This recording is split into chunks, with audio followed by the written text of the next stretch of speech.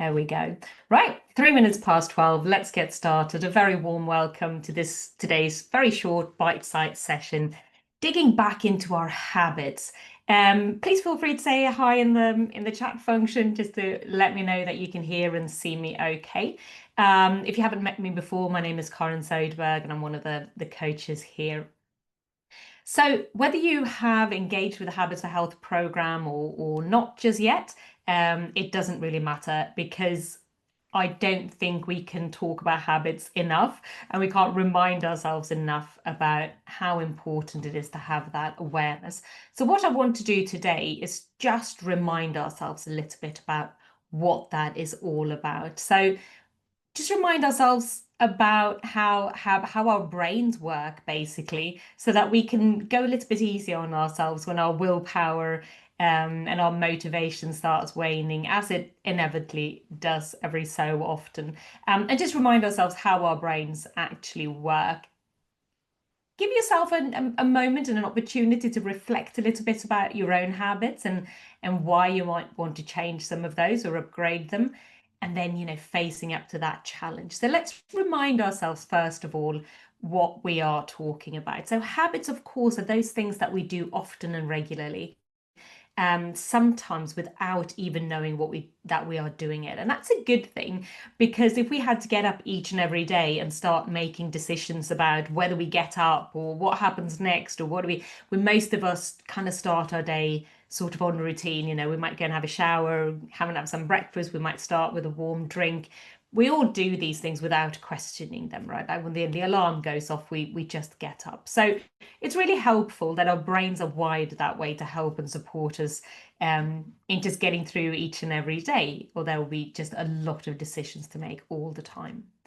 So habits are then important because we spend around 45% of our time in each and every day on autopilot, thanks to those habits. So they do really reduce a lot of our mental load on our brains. But sometimes we also have a lot of habits that might not be helping us. And depending on what your goals are or what journey you are on, we might all have habits that we would rather not have, or perhaps we think that we shouldn't have, but we're still quite enjoying them. So it's important at this first step to recognize what is important to you, why do you want to change, and please feel free to pop thoughts in the chat function as we just go through the slides. But quite often we might be inspired by other people, external values, other things that we think that we should be doing. We want to stop eating the biscuits, but we also really enjoy eating the biscuits, so we don't really want to stop doing it until something happens, and we get really annoyed with ourselves for doing that. So I think when it comes to looking at our habits and making habit change, just know that it is very, very difficult, because changing your habits might link into a bit of an identity check-in, right? It could potentially be about trying to be a completely different person from what you're used to being. And that can be really, really difficult. And the reason why it's so difficult is because our brains are hardwired into doing these same things each and every day. So our habits are those behaviors that are, wired so deeply into our brains that we do them automatically. Oh, sorry, didn't mean to skip ahead quite so quickly. Let's go back to where we were. Those things that we do each and every day. And what happens in our brain, and your brain loves this, we know that when you come home from work, you might make yourself a cup of tea and sit down for a bit, and maybe that will trigger you to want to have a biscuit, and your brain loves that autopilot mode. So those habits that we do are so deeply ingrained into those pathways in our brains that they don't really ever go away. So one thing I want you to take away is that it's very difficult to give up our old habits. And perhaps some would argue that it's not possible at all, because those habits, those pathways in your brain are always going to be there.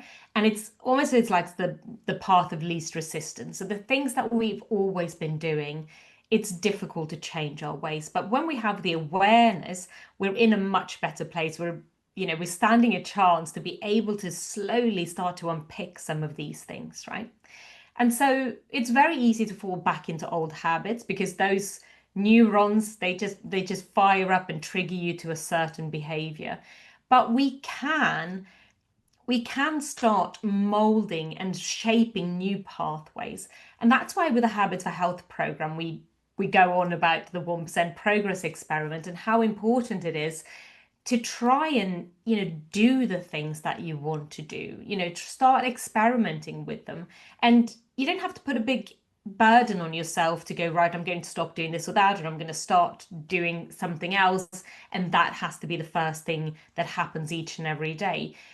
But if we can just spend a minute a day starting to get our brains to accept a new habit. So perhaps you want to start being more physically active, but the thought of, having the headspace of finding the time in our busy lives, finding, a suitable gym that you might like, or is it running that's for you? Are you going to need new clothes? There's a lot.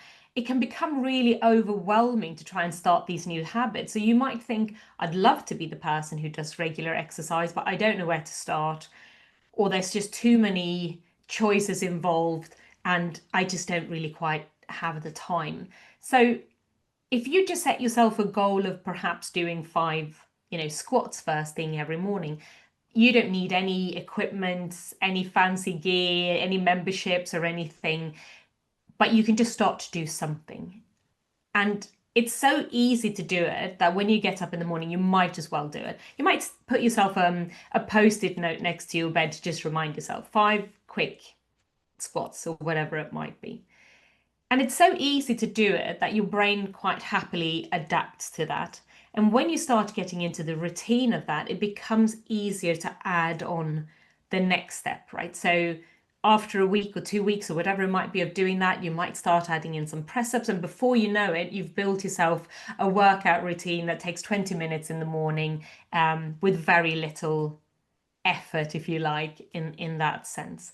So although our brains love to revert back to, I'm just going to have a lie in and not get up to do that, we can start to build new neuron pathways in our brain. And the more we practice them, the thicker they become, right? And the more downtrodden they become, and the easier it is for us to revert back to them. And before you know it, your new habit will just be something that you just do without thinking about it. So in order to reach that end goal, we need to start with very simple, small habit experiments. And just try and do them as often and frequently as possible until our brains, get in on the action, and it starts to becoming a habit. And from there on, it's much easier to build on to the next step. So you may or may not have engaged with this already, but I want you to ask yourselves a little bit around your own triggers and your own reward systems when it comes to our habits. So gradually our habits become associated not with a single trigger, but with the entire context surrounding the behavior.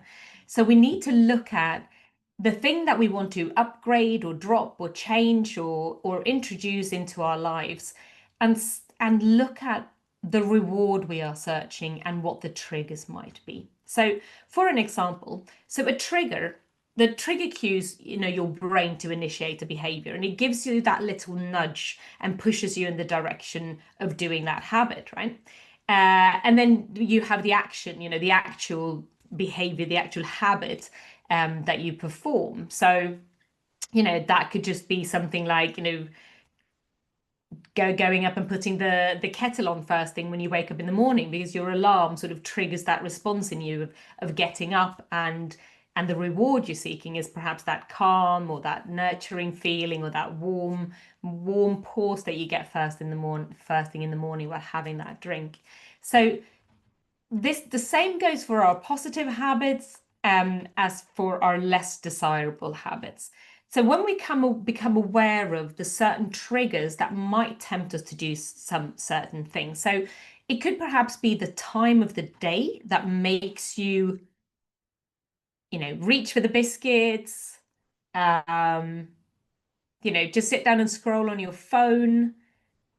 There'll be certain events that we do, and for many of us, we are creatures of habits, right? So it might just be ding, 1 o'clock, that's lunchtime, whether you're hungry or not. It's that time of the day is going to trigger that habit in you each and every day.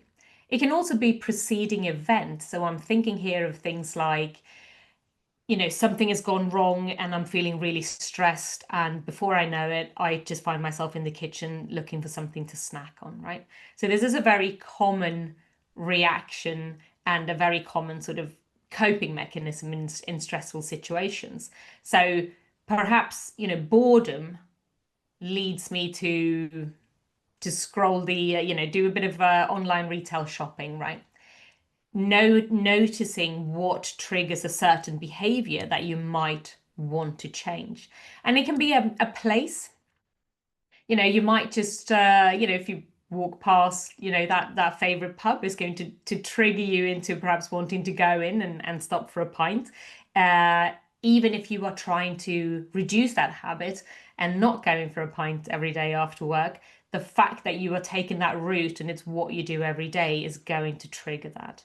Now, emotions sort of links that the preceding events example I gave, of course, was probably better used for the emotion. I mean, with preceding events, it could be anything, as simple as, your phone buzzes, so you pick it up, right, and check the notifications. And so if you want to change the habit of spending too much time on your phone, turning notifications off and putting your phone in a different room might make it a lot easier for you to reduce that habit. So it can be simple things like that. Emotions, of course, as I mentioned, you might, boredom, sadness, anger might trigger certain behaviors in you and might make you do certain things.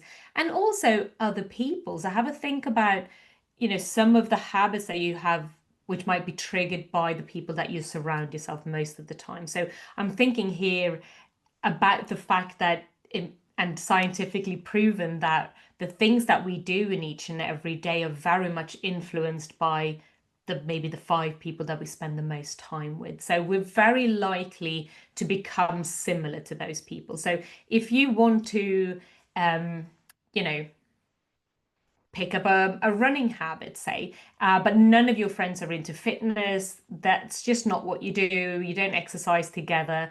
And so if you're only spending time with those people, you are unlikely to be able to pick up that new habit because it's going to be too many obstacles and barriers in the way. While as if you are to join a running club or start hanging out with people who love their running, you are much more likely to be able to pick that up and stick with that habit.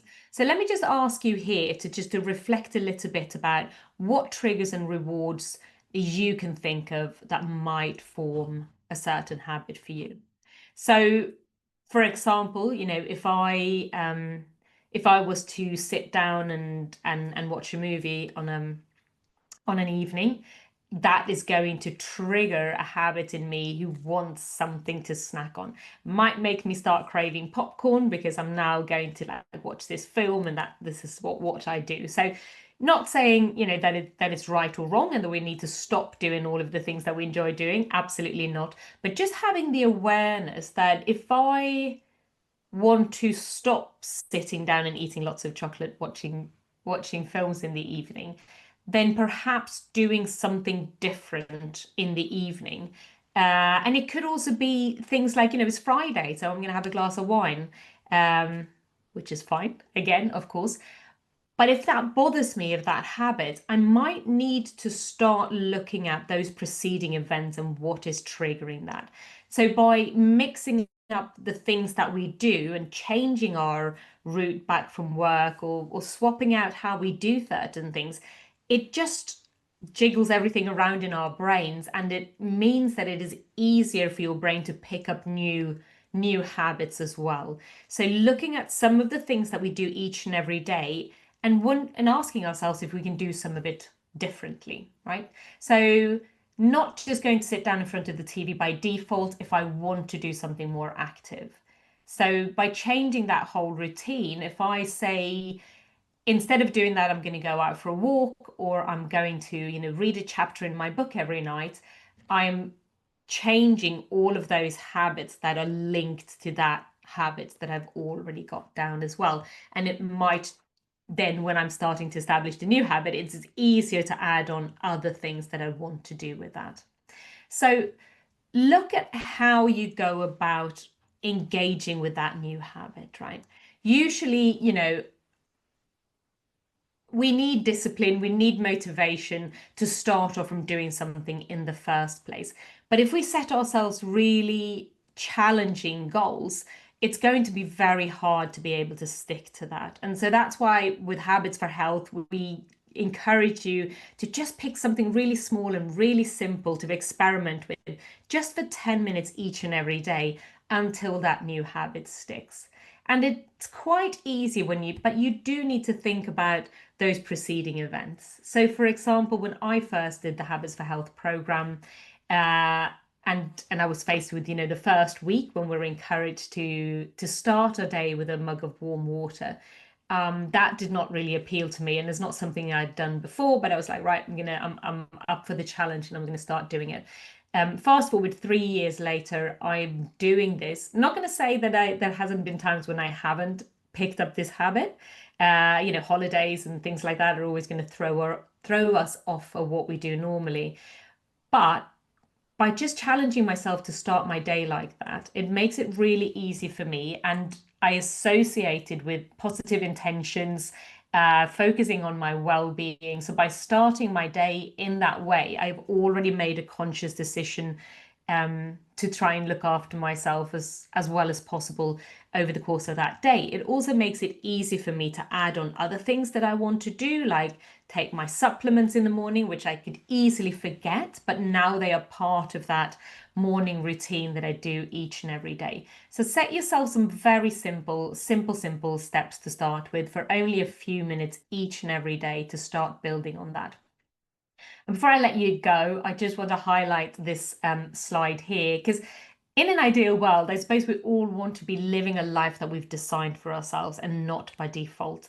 But so often, because we're all busy, we're rushing from one thing to the next, and we're fighting fires and catching up and chasing our tails most of the time, just trying to tick off everything that we have to do. So sometimes, and well done for just taking the time out in your day now, sometimes we just have to pause and take a step back and remind ourselves that we have choices, and if we want a different outcome at the end of the day, if we want to change the course of where we are heading, we do have that power ourselves to some extent to make those choices. So remember that it's what you do every day that matters and not what you do once in a while. And that goes for your positive as well as your less desirable habits, of course. It's we don't have to be perfect, and it's absolutely fine to indulge yourself and enjoy some of those habits that we just don't want them to be a constant each and every day.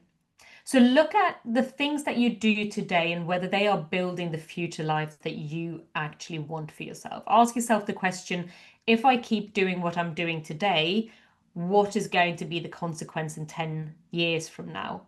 Or if I were to choose to do something to support myself. So if we had that mirror into the future and we could see ourselves in 10 years or 20 years, what would your future self ask of you to do today? Some simple things that you can do. Maybe it's just something as simple as starting you every day with a glass of water to support your well-being. Are you able to do that to support that future life that you might hope and want for yourself? So looking at where you can start by prioritizing and not trying to do everything at the same time. So hopefully we've just inspired a little bit of extra thought around our habits now. We do need to remind ourselves on a daily basis. I certainly do. But of course, do hop into your Habits for Health program, and you will find more on these topics in the mindset modules, and look at how to achieve anything, that life by design, setting yourself up for success, learning a bit more about how to master your time. So whether you're engaging with the program or not, that might be a good place to start to watch some of those videos and remind yourself. But yeah, we've gone 12:22, so I'm going to let you go and get on with the rest of your day. But thank you so much for taking the time to join me, and have a fabulous rest of your day. And if you've got any questions or you need any extra support, just email us at Wellbeing People. We're always happy to help. Thank you so much for your time.